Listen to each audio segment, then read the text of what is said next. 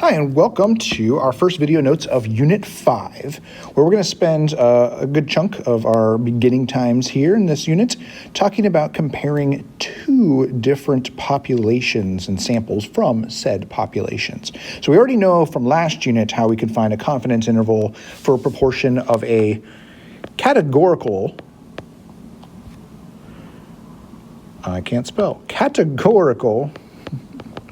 variable. And that's where it's like, we're talking about yes, no's for some sort of category, proportion that's like their favorite color is blue versus not blue. We try to make it binary in that sense. And so we called that a one proportion z-test, or z-interval in this case, sorry. Because it was for one sample's proportion and it was based off of a normal model, hence why it's a z-interval. But now we're thinking about what if we had two independent samples and wanted to know if there's possible differences between those two groups. That is what we're going to be handling here and in the next notes as well. So let's take an example here. So oftentimes when we are comparing two groups, there's good reason to do that. One of the most common ones that they do is for your sex assigned at birth. Comparing assigned at birth men versus women, and seeing how drugs are different between the two groups there. Can be also in dealing with different income levels between two different cities, different states, things like that. Today, what we're going to do is between two different schools here. So we'll say that a school district has recently gotten funding to start serving a breakfast program. And they only have two elementary schools. And so they want to know how should they maybe split this up? What's a fair way of splitting this up? 50-50? Maybe not. So researchers designed a survey to compare the proportion of children who come to school without eating breakfast in these two schools. So in SRS, remember that stands for Simple Random Sample, of 80 students from school 1 found that 19 had not eaten breakfast. And in SRS at school 2 found that of 150, 26 had not eaten breakfast. And we're going to say that there are more than 1,500 students that attend each school. That'll be important for our conditions there.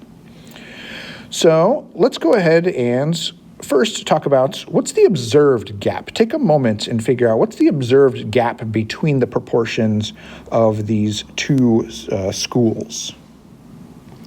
So you should have found that the observed gap is about 6.42%. So the proportion for school 1 subtracted by the proportion for school 2. If you got negative 6.42%, that's also okay. That is still the same gap in terms of magnitude there. However, even though that is obviously different than just 0%, if there was no difference, maybe we'd find 0%, we want to know, is that different enough? Because we know that there's bound to be sampling variability. We know that sample to sample, we're going to get a different difference. And this time around, we just got about 6.42%. So the question is that far enough away or not? So to construct a confidence interval is going to help us understand what kind of variability is to be expected. So we're going to try to estimate the difference in proportion of students who do not eat breakfast, or P1 minus P2. That's what we're doing here, difference of proportions, where P1 is the proportion of students without breakfast at school 1, and P2 is going to be the proportion of students without breakfast at school 2. It's nice that they named them school 1 and school 2, matches sort of the subscripts I have there, 1 and 2. You can also use subscripts that match names of things. If the schools actually had names, if one of them started with an A, you could go P sub A to represent that one. You don't always have to use numbers, okay? But we need to check conditions now. So we're going to start to create our confidence interval here, and we need to check our conditions. We're dealing with a z interval here, okay? So we're going to still check all of the normal things we would for any sort of z interval. But we have one more thing to check, which is the independent groups condition, okay? So since we're dealing with two different groups, the thing is we need to know that they are independent of each other, okay? Which a lot of times we just have to assume because we may not know for sure, okay? So here we're gonna go ahead and write down independence of students from each school assumed. And I think it's safe to assume that, okay? Because what we would be worried about is that we're accidentally grabbing kids from the same family at these different school sites. Typically, it is safe to assume that if you live in the same family, you probably went to the same elementary school. There obviously are extenuating circumstances where that may not be true. It's possible that we grabbed a sample, somebody from a certain family at school 1 and a kid that's also in that same family at school 2. And because them living in the same household could affect whether they've had breakfast or not, that could end up sort of messing with our data and introducing some bias that we weren't expecting. So this is sort of us saying, like, we think that it's fair to assume that we're not getting students from the same family, but at these different schools that could sway our data. And I think that's safe to assume, okay? It's not impossible that it's true, but I think it's safe to assume. Let's keep going though, okay? So go ahead and take a moment and check the other things that you need to, and then unpause so that way you can see how we checked them off. All right, so here is what we got. Random samples, that is given. Independence, that's where they told us that the school sizes are over 1,500 students in each case, because then that means that we are definitely collecting less than 10% of the total population there for each school. Normal is a little bit bigger of a check than it was last time, because last time we were dealing with only a single proportion. So if you weren't quite sure what to do with normal, you can pause or try to write it down as I'm talking, but you can see that what I did here was I checked the success failure condition for each of our samples here. So for school 1, we collected 19 successes and 61 failures. Both of those are over 10, so we're good. And then at school 2, we collected 26 successes and 124 failures, also both over 10, so we are good. So that's sort of the slight change to checking normalities. You got to check that both samples are going to meet the normal condition. Okay, so now we can continue on here and find our observed difference, which we already did. I wrote it as a percentage up above, but it is 0.0642. Okay, so that's going to get us started with our do step here, because we're going to find p hat, but we also got to find some other stuff like our z star value and our standard error, okay? So the other major part we need to do is calculate standard error, but this time we want to find the standard error for the difference of these two distributions. We want to be looking at p sub 1 minus p sub 2. And so the difference in those is something we've already talked about and done. The difference of distributions. Remember, it's best to go back into sort of variance land with that. So recall that the variance of x minus y is the same thing as the variance of x plus the variance of y. We add the variances together in this case.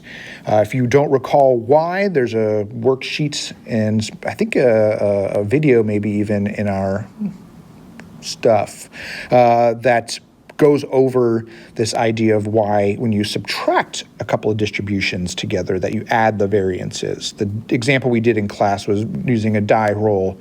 If you add the two die rolls together or you subtract them, turns out you end up with the exact same spread. Of course, we're dealing with instead like standard error, standard deviation as sort of the, the placeholder there.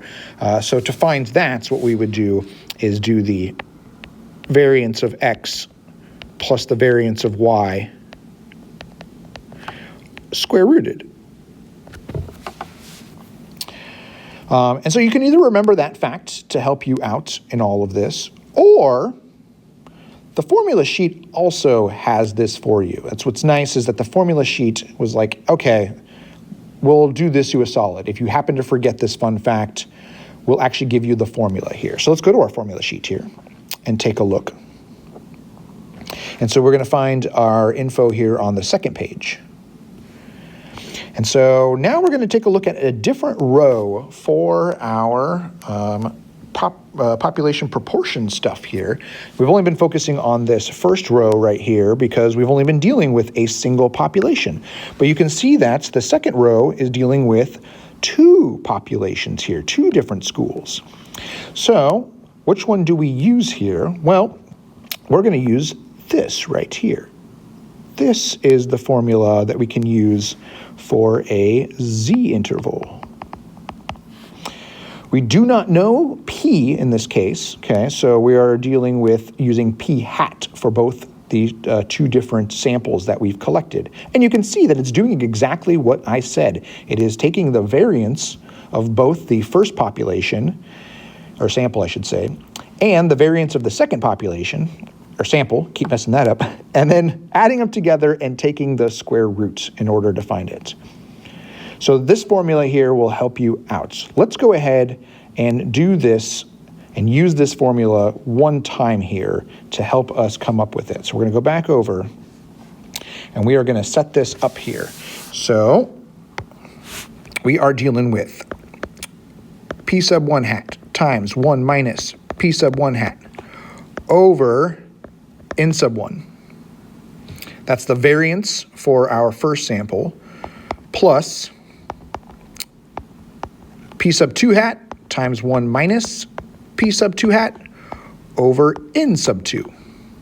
That's the variance for our second sample, and then we're going to take the square root of that all.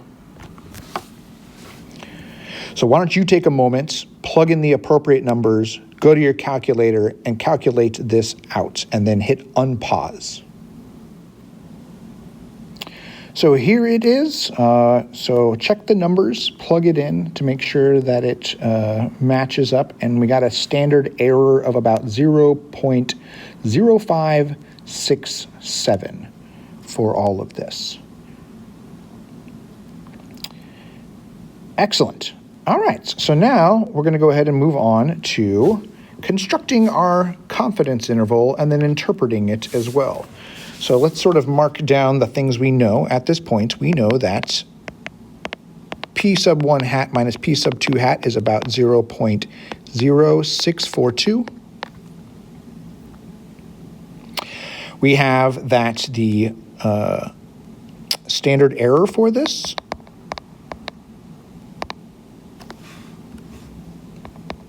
distribution is about 0.0567.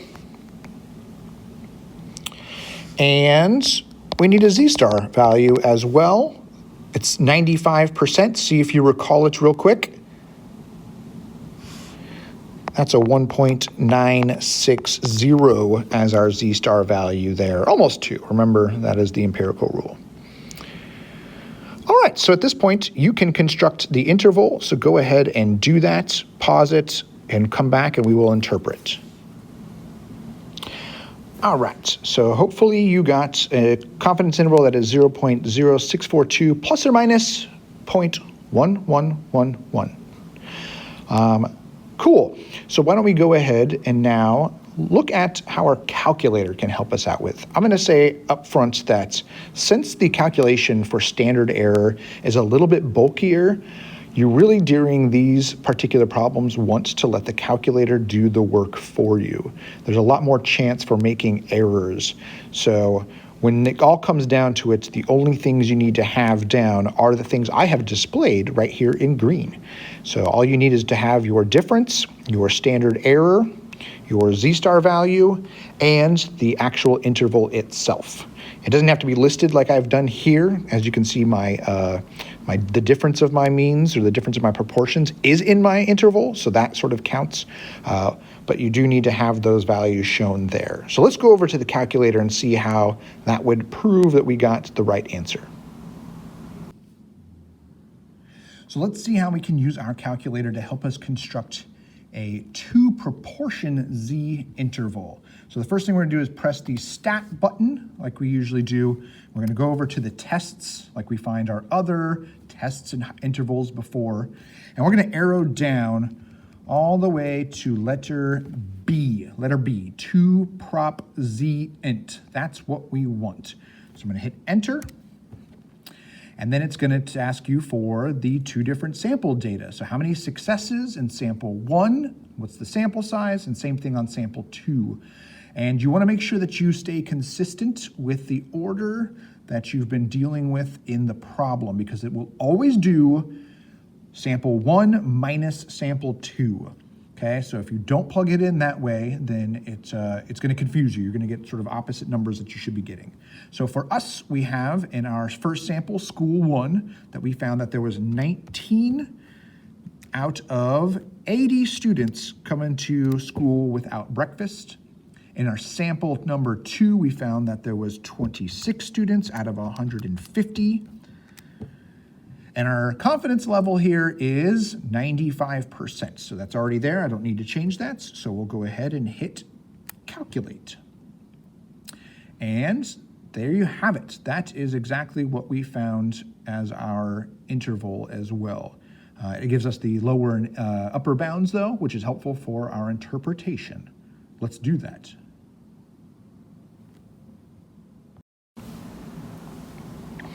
All right, so let's go ahead now, since we know how to use the calculator to do it and we've confirmed things look good, talk about how to interpret this now. Oh, I totally forgot that I didn't fill in a line up here. So we want to fill this in. Sorry, we construct and interpret the 95%. This is called a two-proportion z interval. All right, sorry about that. Now let's go ahead and interpret here. We're going to start it out the same way we always have. We are 95% confident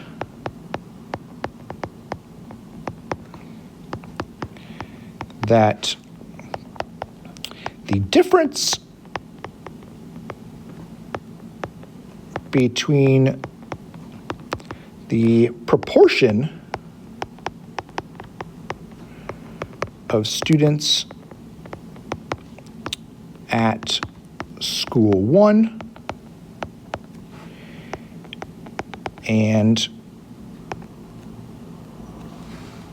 school 2 who don't eat breakfast at home is between negative 0.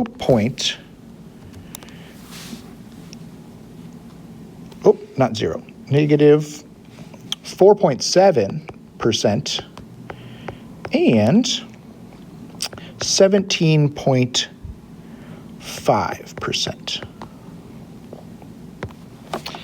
There you have it.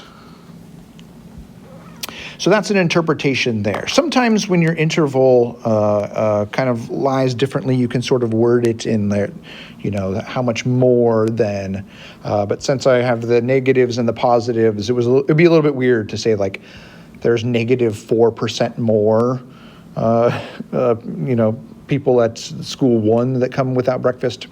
So I decided to just stick with difference here. But follow-up question here I want you to think about, and we'll discuss when we get into class is, do you think there's evidence here that there's a different number or proportion of students at the two schools who come to school without breakfast? So think about how your interval may help you answer that question, and we'll discuss it when we get home, or get to school, home, get to school.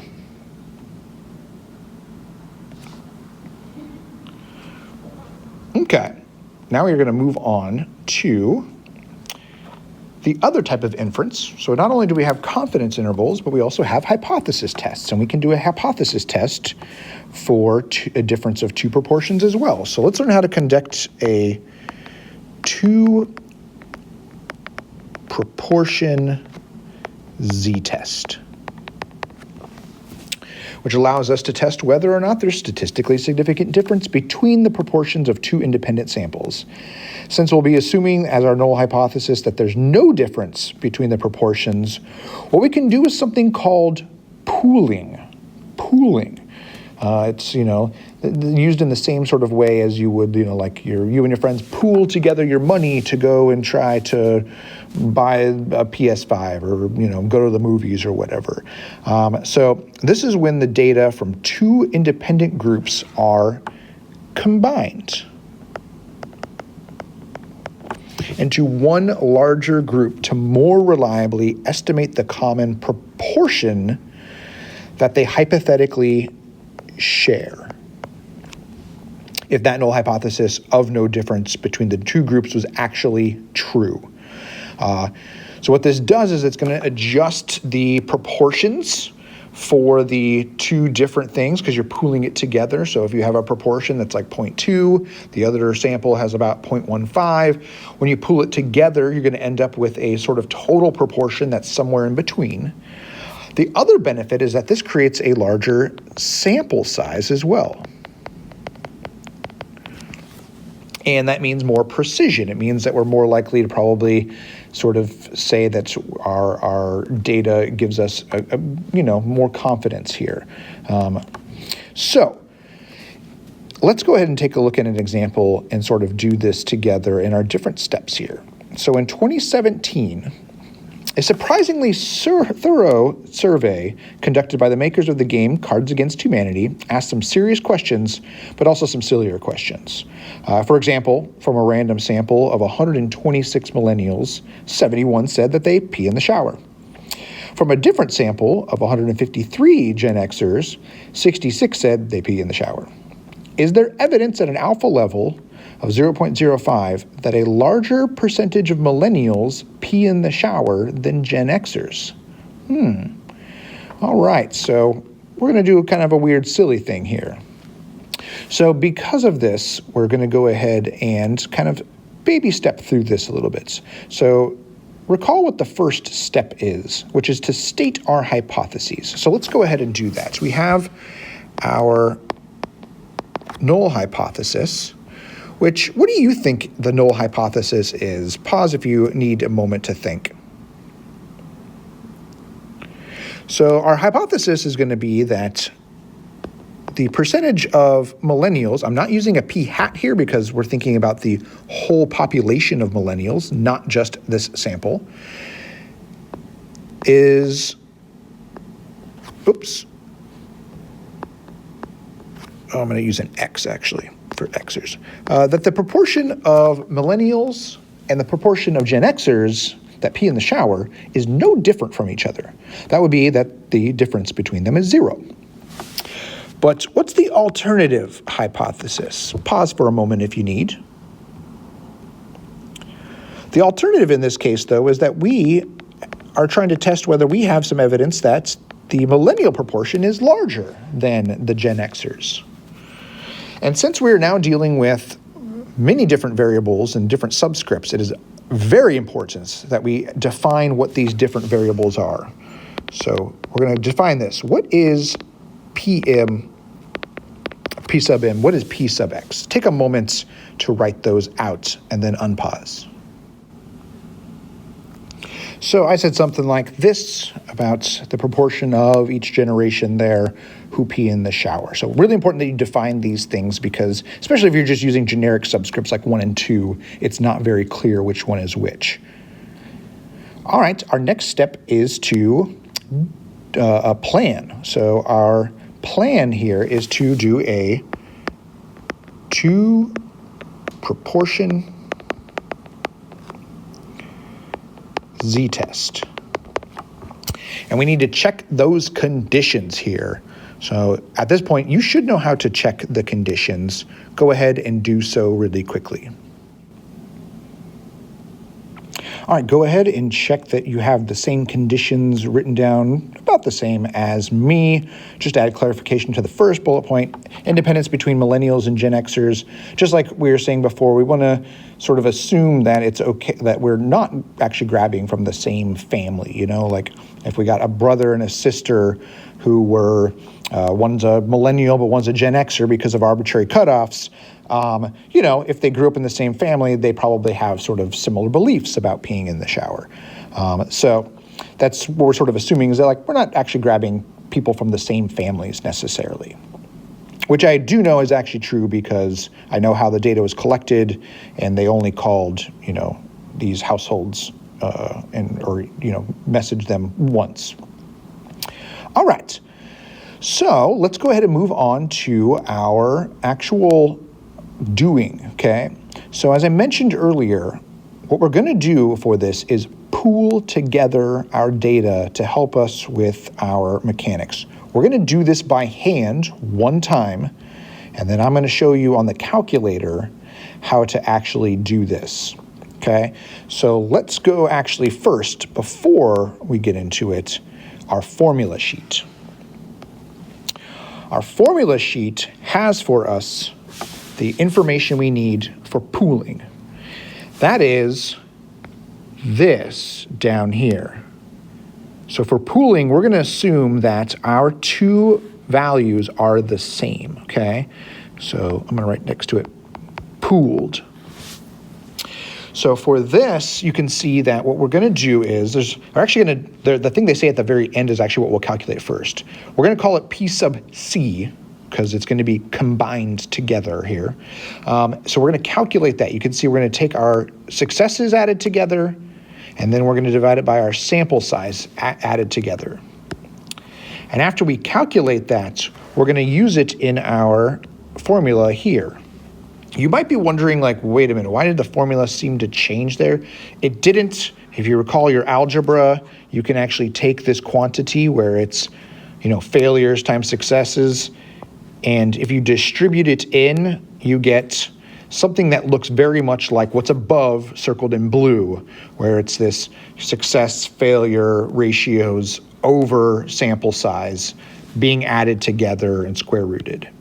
They just decided that's, since you can simplify it a bit, to simplify it this way. So let's go ahead and head over and calculate these things, and then by hand, we'll see how the calculator handles it for us and confirm that we got the right answer. So first, we're going to calculate our P hat sub C.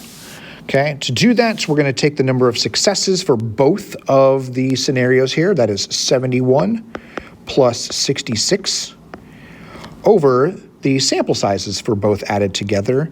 So that is, I've already forgotten here, 126 and 153.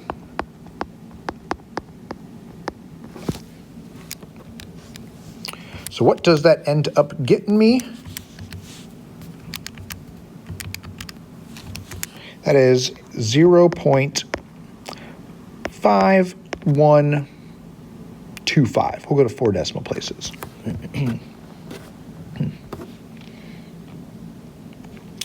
Okay. So now what we need to do is find our standard error of the pooled information as well. So to do that, we got a subscript on a subscript. That is going to be, if you recall, the P hat sub C times 1 minus P hat sub C times 1 over our first sample of millennials plus 1 over the sample size of our Gen Xers, and then the whole thing square rooted. So you should be able to calculate that now that you have P hat sub C. So why don't you take a moment, calculate that out, press on pause to confirm you got the same number as me. So I got a pooled standard error of 0.0601. So if you didn't get that, go back and double check. Make sure you're using parentheses appropriately when calculating in your calculator. Okay, and then that means we can move forward. I will show you on the calculator how to do this in a moment, but since we have the numbers in front of us, let's go ahead and move forward here. So to find our z-score, we are going to go ahead and plug in the test statistic minus the sort of null statistic or null parameter that we think over our standard error pooled here. So we're going to go in symbols here. We're going to go what we found as our p hat of millennials minus the p hat from Gen Xers subtracted by the, I'm going to go ahead and go parentheses, just PM minus P sub X, all over the standard error for the pooled values there. So let's go ahead and put these in. Hey, we actually haven't calculated that first one. First one actually is the fractions of these things. So let's go ahead and actually plug in those fractions here. So we got P sub hat, P sub M hat is 66 over, 71 over 126 minus 66 over 153. Subtracted by, let's talk about what is our sort of null parameter that we're interested in. What is sort of our assumption at first about the difference between millennials and Gen Xers in terms of peeing in the shower? Well, that can be found way up here. We think that it at first is 0, and that'll often be what you put there. I can't actually think of a scenario where you wouldn't want to put 0 as sort of the null parameter. And that's going to be all over 0.0601. So let's go over to the calculator and see what it gives us here as we calculate it out.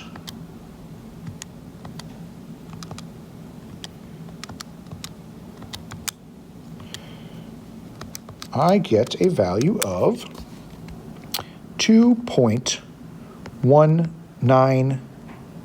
Oh no, it goes just 2. Oh, I'm going to round up to 20. Awesome. So just for the visual here, we're still looking at a normal curve here.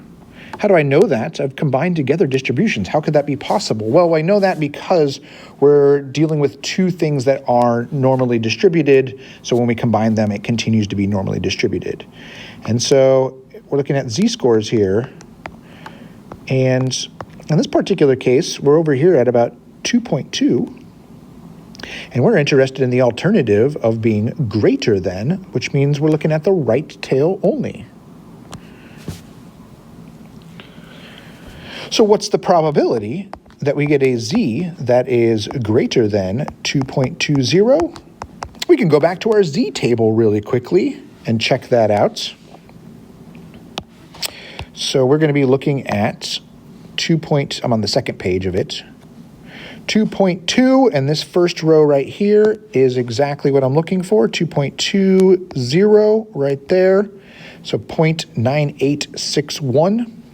Of course, I want the right tail, so it's going to be 1 minus 0.9861, which gets us a final p-value of 0.0139. So there you have it. That's doing all the steps. But just like with the confidence interval, I would say to you, let's not do all of this work every time. And instead, let's just let the calculator do all this crazy work for us. In a pinch, it's nice that the formula sheet has it, in case you forget the buttons to press on the calculator, but since we are practicing that, we should not forget and we should be able to do this. Why don't we go over to the calculator and see how to do it? Let's go ahead and take a look at how we can run a two-proportion z-test now. So going back to stat, going over to tests, You might have already seen where it's at. It's going to be number 6 right there, 2 prop Z test. So you can enter that or arrow down or just hit the number 6 if you wanted to. And you can see it has all the data actually from the school breakfast kids example there. It's kind of nice is that if you're doing an interval and then you realize, wait, no, a test would be better to do here, that when you move over, it actually has all the data there stored for you. But we need new data because we're dealing with millennials versus Gen Xers peeing in the shower. So our first sample, 71 said that they did it out of 126. Our Gen Xers, 66 of them out of 153 said they pee in the shower. And we were actually interested in is the proportion of millennials greater than. So you can see we have this greater than. So it doesn't show up like yours on your paper because you didn't write for your alternative that P sub 1 is greater than P sub 2. You wrote it as P sub 1 is like minus P sub 2 is bigger than 0. And so it means the same thing here. If in fact the proportion of millennials is greater, then when you subtract those two proportions, you should get something bigger than 0. So I usually just follow the signs here. I used a greater than, and that's the same thing as what's here. And remember, you can calculate for quick numbers on an MCQ or draw, which is a good idea on FRQs to sort of see the distribution. So here's my distribution. And you can see it's shaded in that tail there with the p-value of about 0.014, which is basically what we got. And that z-score that we have there, basically what we got as well.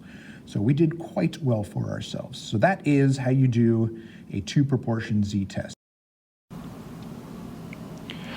All right, so at this point, I'm going to leave the rest to you. You know sort of how to conclude hypothesis tests. We're just dealing with a difference here. So think about how you want to word your sort of final conclusion here. And then I have one final thing to sort of harp back on the things we talked about last week, which is what confidence level does this one-tailed hypothesis test correspond with? And how do you know? So think about that, write it down because you're going to be sharing when you get to class. That said, we will see you when you get to class.